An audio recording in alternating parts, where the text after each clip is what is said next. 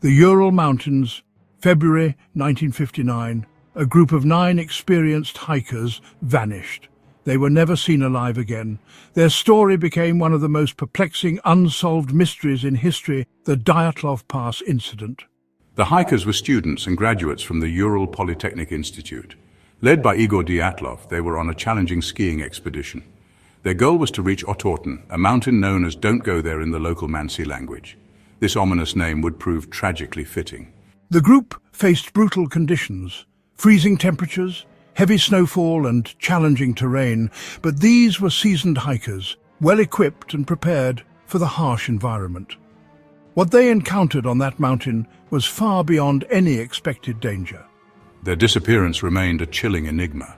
It left investigators baffled and fueled countless theories. What really happened on that fateful expedition?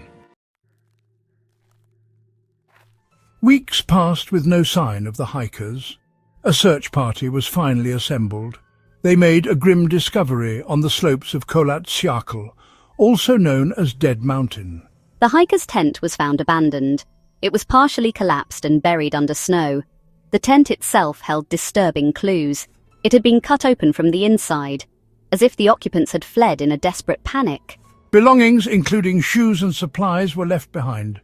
It was clear something had gone terribly wrong. The search continued. Over the following weeks, the bodies of the hikers were found scattered in the snow. Some were located near the tent, others were discovered further down the slope, some in a ravine. The positions of the bodies and their state of dress only deepened the mystery.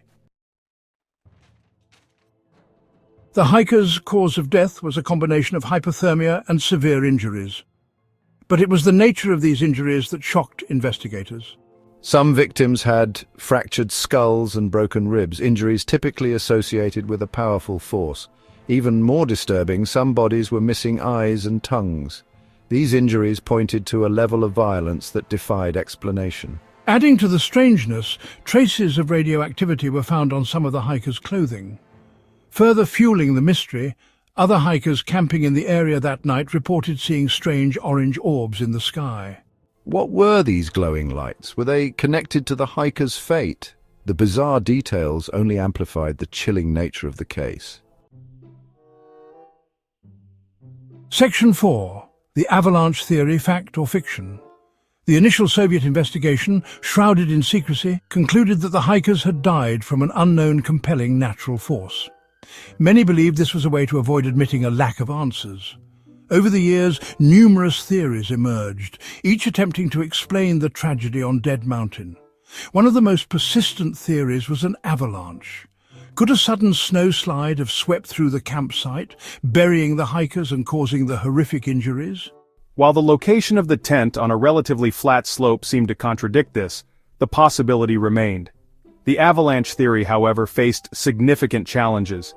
There was no evidence of a large-scale avalanche in the area. No debris field or impact crater was found. The injuries, particularly the missing eyes and tongues, didn't align with typical avalanche victims. Section 5. Whispers of secret experiments and other theories.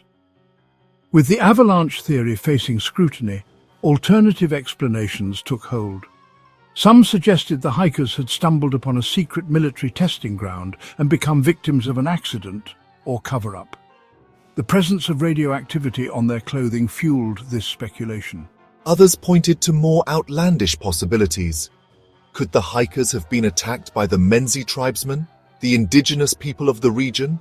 Or, as some whispered, had they encountered something truly unexplainable, the Yeti? While these theories captured the imagination, they lacked concrete evidence. The mystery of Dyatlov Pass remained unsolved. The truth, it seemed, lay buried beneath the snow and ice, along with the hikers themselves. Section 6. A new explanation emerges. Decades later, the Dyatlov Pass incident continued to fascinate and frustrate researchers. In recent years, a new theory has gained traction. This theory, proposed by scientists studying snow mechanics, revisited the possibility of an avalanche. This wasn't just any avalanche, though. Researchers proposed a slab avalanche, a smaller, more localized type of snowslide. This type of avalanche can occur on seemingly gentle slopes and leave behind minimal evidence.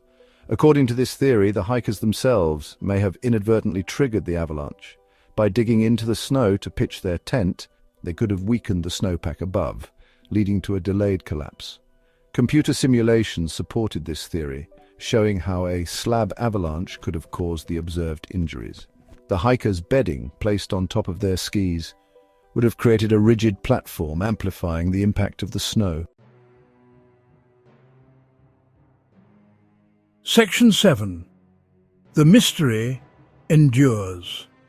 While the new avalanche theory offers a compelling explanation for some of the puzzling aspects of the Dyatlov Pass incident, questions remain. The missing eyes and tongues, for example, are not fully explained by this theory. Some argue that these injuries could have been inflicted post-mortem by scavenging animals. Others contend that the injuries were caused by the force of the avalanche itself, though this remains a point of debate. Despite the new evidence and analysis, the Dyatlov Pass incident continues to be a source of speculation and debate.